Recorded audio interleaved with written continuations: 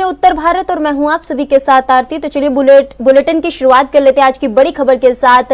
Bharatiya Janata party के सांसद अनुराग ठाकुर ने संसद में बिना नाम लिए राहुल गांधी की जाति को लेकर निशाना साधा था। ऐसे में अब यूपी में इस पूरे मामले पर राजनीति गर्मा गई है। राष्ट्रीय आह्वान पर पीलीभीत समेत अन्य जिलों में कांग्रेस कार्यकर्ता प्रदर्शन कर रहे हैं। वहीं ऐसे में यूपी के पीलीभीत जनपद में कांग्रेस कार्यकर्ताओं के प्रदर्शन से पहले ही पुलिस ने उन्हें जबरन गाड़ी में भर लिया और थाने ले गई। इस दौरान कांग्रेस जिला अध्यक्ष ने भाजपा व पुलिस पर तानाशाही करने का आरोप लगाया।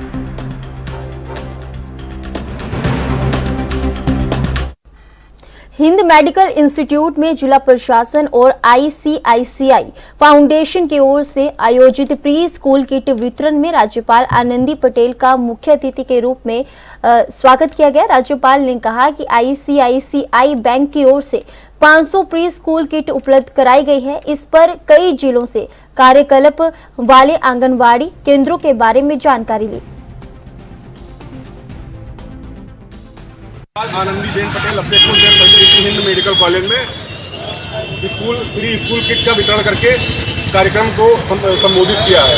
बताते चले कि कुछ दिनों पूर्व इनका कार्यक्रम निर्धारित हुआ था, उसी के तहत आज बाराबंकी पहुंची प्रदेश की महामहिम राज्यपाल आनंदीबेन पटेल ने फ्री स्कूल किट का वितरण किया। Ankit Mishra, ANB news, Barabanki.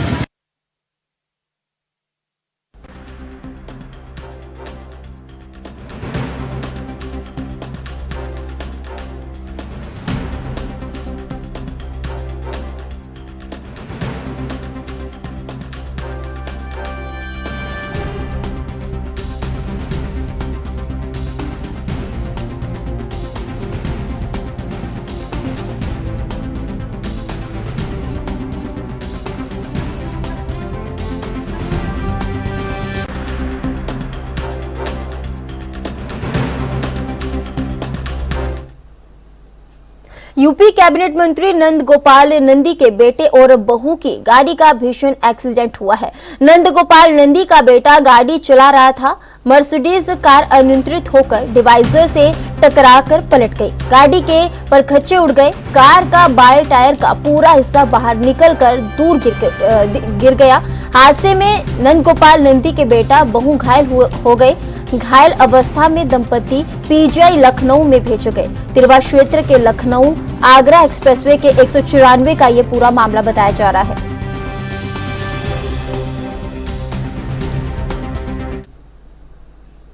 चंदौली के पूर्व सांसद व पूर्व केंद्रीय मंत्री डॉक्टर महेंद्र नाथ पांडे जिला मुख्यालय स्थित मैक्सवेल इंस्टीट्यूट में एक पेड़ मां के नाम लगाकर लोगों से अधिक पेड़ लगाने की अपील उनके द्वारा की गई।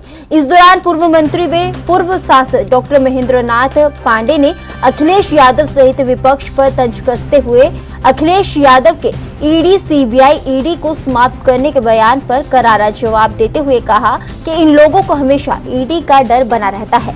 उनकी सरकार हमेशा घोटाले घपले करती रहती है, इसलिए ऐसे संस्थानों को खत्म करना चाहते हैं, लेकिन जनता समझ गई है। समाजवादी पार्टी 2027 में नहीं आने वाली है और ना ही लोकसभा में भी आगे उसका कोई अता पता चलेगा।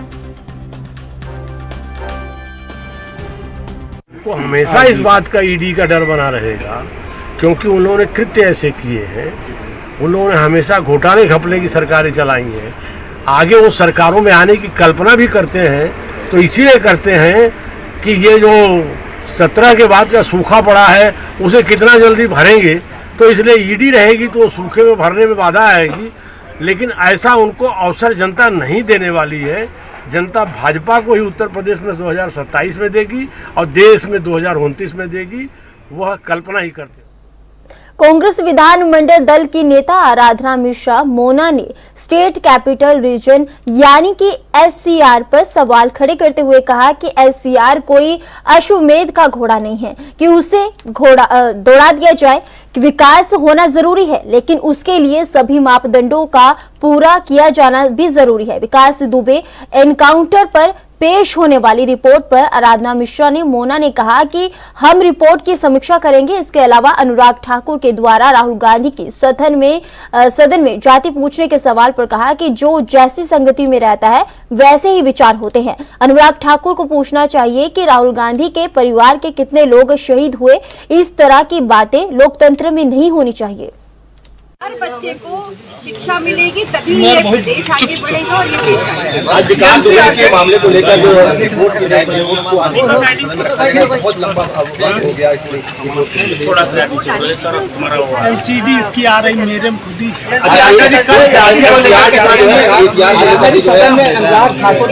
जिस तरह से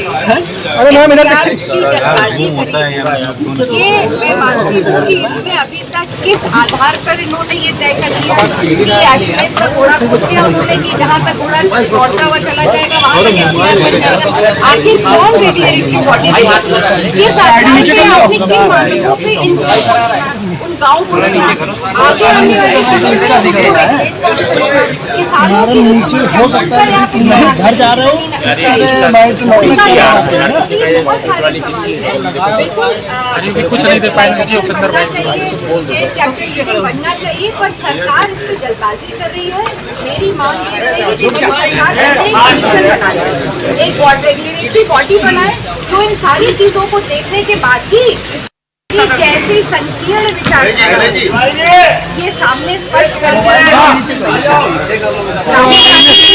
उन्होंने ये नहीं पूछा कि आपके परिवार के कितने लोगों ने आजादी के लिए बलिदान दिया, कितने लोगों ने त्याग किया, कितने लोगों ने जान दी, ये नहीं पूछा उन्होंने उनकी जात को पूछा। ये बेहद अफसोसजनक है, आपत्तिजनक है। और ये उत्तर प्रदेश में संचालित हजारों की संख्या में गैर मान्यता प्राप्त मदरसों में तालीम हासिल करने वाले छात्र छात्राओं को लेकर उत्तर प्रदेश सरकार ने एक बड़ा फैसला लिया है। अब अवैध मदरसों में तालीम हासिल करने वाले विद्यार्थियों का दाखिला परिषदीय विद्यार्थियों में करवाया जाएगा। सरकार की तरफ से जनपदों को जारी किया गया पत्र के बाद मदरसा संचालकों में अफरा तफरी की स्थिति मची हुई है। जिलाधिकारी की निगरानी में अल्पसंख्यक विभाग ने टीम बनाकर मदरसों का सर्वे शुरू कर दिया है।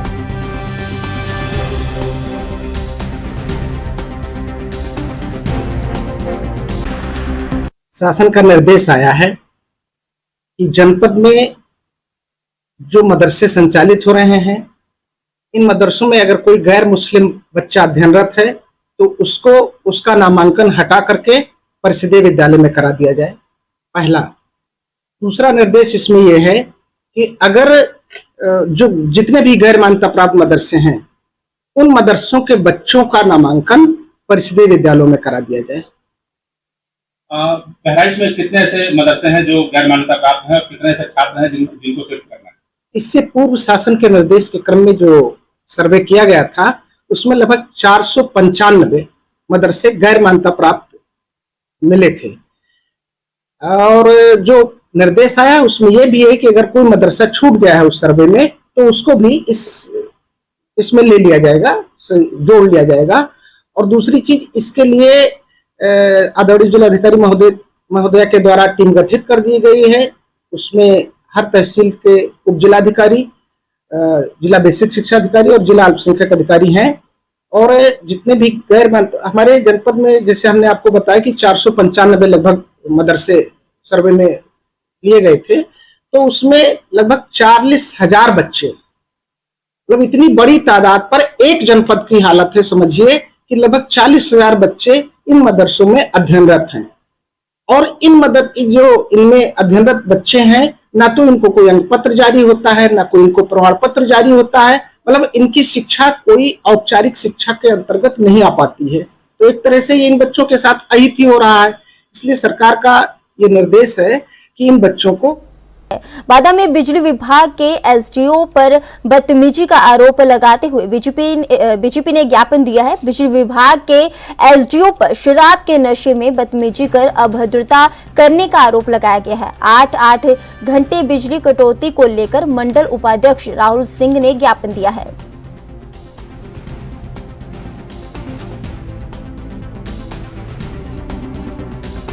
नाम राहुल सिंह है, मंडल का उपाध्यक्ष हूँ भारतीय जनता पार्टी का। किस मामले को लेकर आज आप लोगों ने ज्ञापन दिया? बिजली विभाग की तानाशाही जो ग्रामीण क्षेत्र में या चाहे शहर क्षेत्र में हो, बिजली कटौती निरंतर जारी है। 6-6 घंटे 8-8 घंटे लाइट बराबर बंद रहती है, जिससे लोगों का जीना दुश्वार हो गया है। कल या परसों की डेट में ग्रामीण क्षेत्र से 10 लोग जिला अस्पताल में एडमिट हुए हैं, जिनकी जीने और मरने की लग गई है। उस संबंध में मैं कल तुलसी नगर पावर हाउस में एसडीओ महोदय से मिलने गया था, जिन्होंने मेरे साथ दारू के नशे में बदतमीजी की, मेरा फ़ोन छीना, मुझे फर्जी मुकदमे फंसाने की धमकी दी।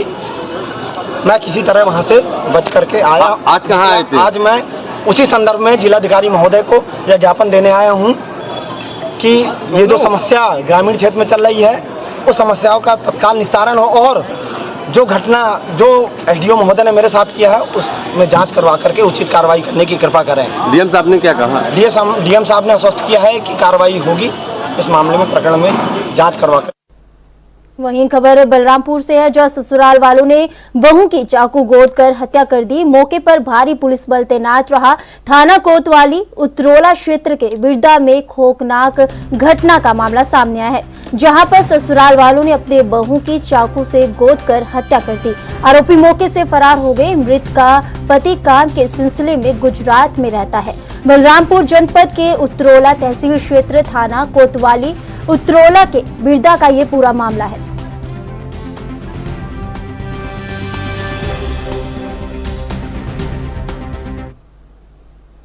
मथुरा के सड़क किनारे खड़े ट्रक में बाइक घुस गई। महिला और पुरुष दोनों की ही मौके पर दर्दनाक मौत हो गई। मृतकों की पहचान नहीं हो पाई है। पहचान जो है वो सूचना पाकर मौके पर पहुंची पुलिस ने दोनों शवों को कब्जे में लेकर पोस्टमार्टम के लिए भेज दिया है। चालक और ट्रक को पुलिस ने हिरासत में लिया। थाना जेत इलाके के सर्वोदय इंटर कॉलेज के समीप ये हादसा हुआ है।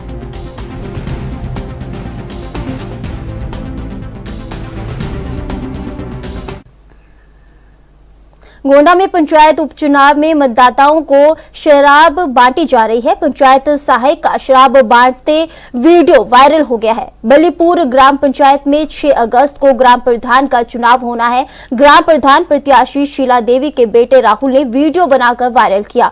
मामला वजीरगंज विकास खंड अंतर्गत बलीपुर ग्राम पंचायत का है।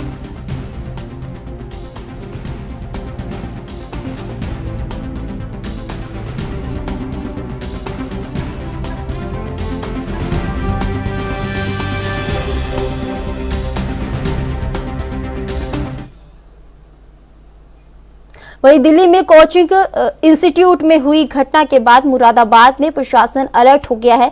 जनपद में संचालित कोचिंग इंस्टीट्यूट पर दमकल विभाग की टीम पहुंची। फायर सेफ्टी इंतजाम पूरे न होने पर नोटिस दिए गए हैं। दमकल विभाग की टीम के द्वारा जिले भर में कोचिंग सेंटर पर चेकिंग की गई है। दमकल विभाग के बगैर एनओसी लिए कोचिंग इंस्टीट्यूट संचालित किए जा रहे हैं। पैरामाउंट कोचिंग इंस्टीट्यूट पर दमकल विभाग की टीम ने नोटिस दिया।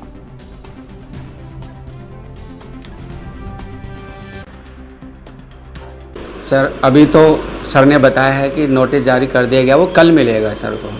क्या कुछ कमियां थी कोचिंग इंस्टीट्यूट में? जो उन्होंने अभी बताया कि सिलेंडर की डेट निकली हुई है, इतना सिर्फ मुझे पता चला सर। और जो एग्जैक्ट है बोल रहे थे कि 2 होने चाहिए, वो 1 मिला। तो सर लापरवाही किस कारण से हुई है? ये लापरवाही का तो सर मुझे पता नहीं है, क्योंकि मैं तो यहाँ पढ़ाने आता हूँ।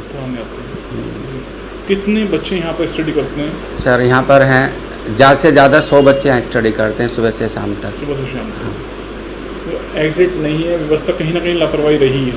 मतलब एक एग्जिट गेट है, 2 होने चाहिए, तो उस हिसाब से आप बोल सकते हैं। लापरवाही हुई है, उस हिसाब से बोल सकते हैं। आज ये कोचिंग्स में जो बच्चे पढ़ते हैं, इनकी सुरक्षा व्यवस्था के लिए कोचिंग संस्थान द्वारा क्या क्या फायर सेफ्टी अरेंजमेंट किए गए हैं और कोचिंग में जो निकास मार्ग कितने हैं, तो इन 2 बिंदुओं पे चेकिंग की जा रही है। इनमें से कई संस्थाएं चेक की गई हैं जिनमें निकास मार्ग पर्याप्त नहीं पाए गए हैं और फायर सेफ्टी व्यवस्थाएं तो हैं, लेकिन उनकी देखरेख के अभाव में या तो अकार्यशील हैं और या फिर कम मात्रा में है, मानक के अनुसार से स्थापित नहीं है। तो इनका एक फायर ऑडिट रिपोर्ट तैयार करके इनको नोटिस निर्गत किया जाएगा। एक निर्धारित समय अवधि दी जाएगी, उसमें अगर व्यवस्थाएँ कर लेंगे तो ठीक है, नहीं करेंगे तो इनके विरुद्ध विधिक। आगजनी समेत कई अन्य मामलों में यूपी की महाराजगंज जेल में बंद विधायक इरफान सोलंकी की मुश्किलें लगातार बढ़ती जा रही है। जहां एक तरफ विधायक सोलंकी पर आगजनी के मामले में इलाहाबाद हाई कोर्ट में सुनवाई लंबित है, वहीं आय से अधिक संपत्ति के मामले में आज ईडी भी जांच करने कानपुर के जाजमऊ इलाके पहुंची, जहां पर दिसंबर 2022 में विधायक इरफान सोलंकी, उनके छोटे भाई रिजवान सोलंकी और उनके बिजनेस पार्टनर हाजी वाशी के द्वारा 3 बीघे से ज्यादा जमीन की टेनरी मालिकों को बेचा गया था। आज इन्हीं टेनरी मालिकों से पूछताछ करने पहुंची ईडी की टीम ने टेनरी मालिकों से उनके जमीन के कागजात की जांच कर पूछताछ जारी की।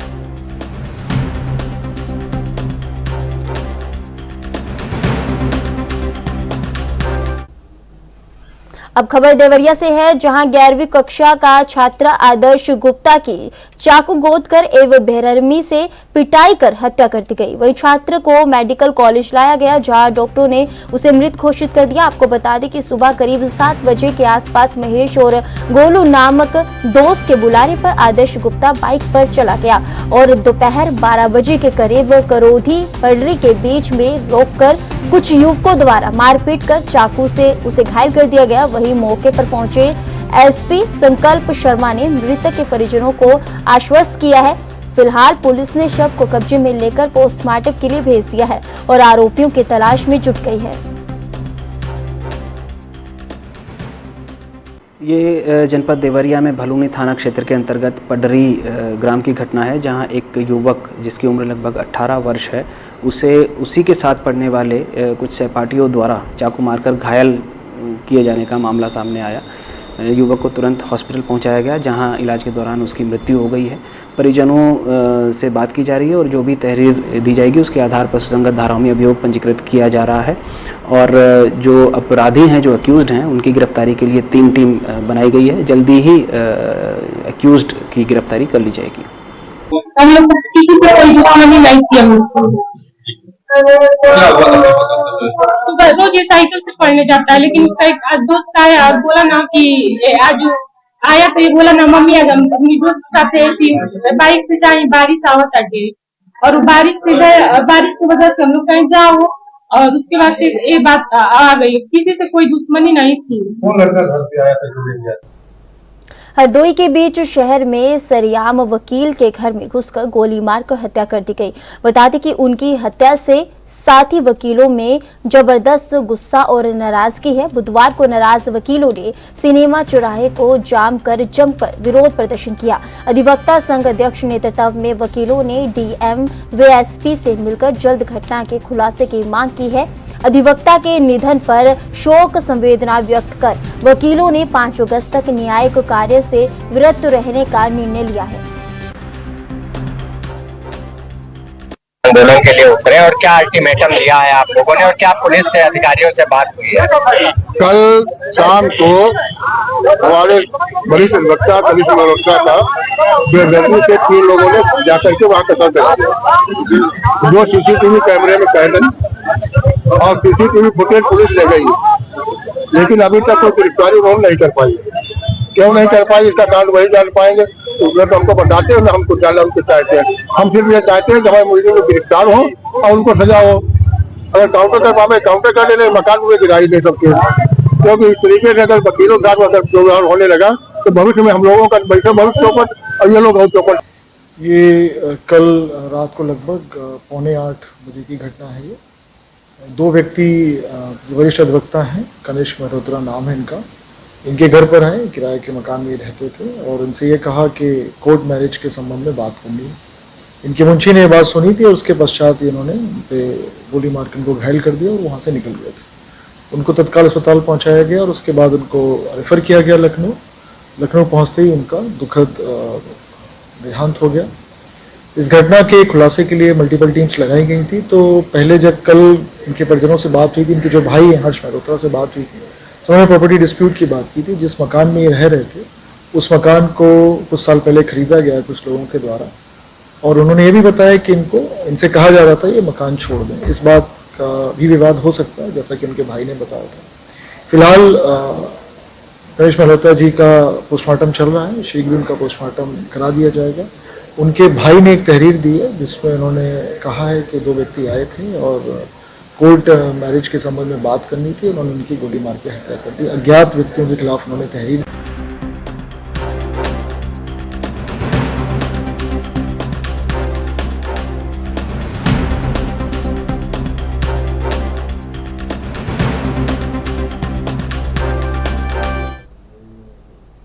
सहारनपुर थाना मंडी पुलिस ने चोरी की घटना का खुलासा करते हुए 4 शातिर चोरों को गिरफ्तार किया है। बता दें कि पुलिस ने चोरों के कब्जे से सफेद व पीली धातु के आभूषण भी बरामद किए हैं। जानकारी के अनुसार सहारनपुर थाना मंडी क्षेत्र में लगातार पुलिस को चोरी की घटना की सूचना मिल रही थी। कुछ शातिर किस्म के चोर दुकान का शटर फाड़कर चोरी की वारदात को अंजाम दिया करते थे, जिस पर थाना मंडी पुलिस के द्वारा टीम का गठन करते हुए शातिर चोरों के खिलाफ लगातार कार्रवाई की जा रही है। काफी मेहनत और मशक्कत के बाद पुलिस ने 4 शातिर चोरों को गिरफ्तार किया है, जिनके पास से चोरी का सामान भी बरामद किया गया है।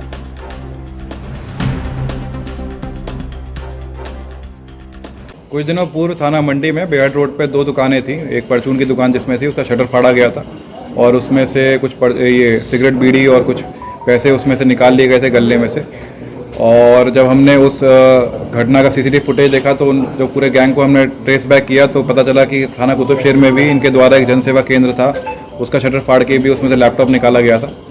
तो एक गैंग काफ़ी सक्रिय था और थाना मंडी ने काफ़ी अच्छा इसमें सीसीटीवी फुटेज को देखते हुए इस गैंग का पूरा अनावरण किया है। ये चारों लड़के खाताखेड़ी के रहने वाले हैं और इनके पास से सब पूरी की पूरी बरामदगी हुई है। जो दुकानों में गई थी, जो जनसेवा केंद्र में से लैपटॉप गया था, वही बरामद हो गया है और इनको आज गिरफ्तार करके कोर्ट के सामने पेश किया जा रहा है। सर, घटना को कैसे अंजाम देते थे? क्या रेकी किस प्रकार से करते थे और घटना कैसे अंजाम देते थे? इनका बहुत सिंपल सा मॉडस ऑपरेंडी था। नए लड़के थे और अभी अपराध की दुनिया में कदम रख रहे थे। इनके द्वारा जो देखा जाता था कि जो दुकानें थीं और जो जहाँ के आसपास कोई लोग नहीं दिखते थे, शांति की जगह में हैं दुकानें, सुनसान जगहों पे हैं, उन दुकानों को ये टारगेट किया करते थे और अपने हाथ से ही ये शटर फाड़ लिया करते थे। इससे पहले कहाँ घटना? इससे पहले भी थाना मंडी में भी इन्होंने घरों में उसके नकबजनी भी करी है, वो भी इनके द्वारा कबूल की गई है। और इनमें 2 लड़के जो हैं उनके में आर्म्स एक्ट और मारपीट का जो आपराधिक इतिहास है। इनका मुख्य सरगना कौन है सर, जो इसको पूरा प्लॉट फाइट कर रहा था? इसमें मेन सरगना ऐसा कोई अलग दूसरी कोई पर्टिकुलर इसमें से आदमी नहीं है। इनमें चारों ही। फिलहाल के लिए उत्तर भारत में मेरे साथ बस इतना ही। देश विदेश की तमाम छोटी बड़ी खबर देखने के लिए आप बने रहिए ANB न्यूज के साथ। नमस्कार।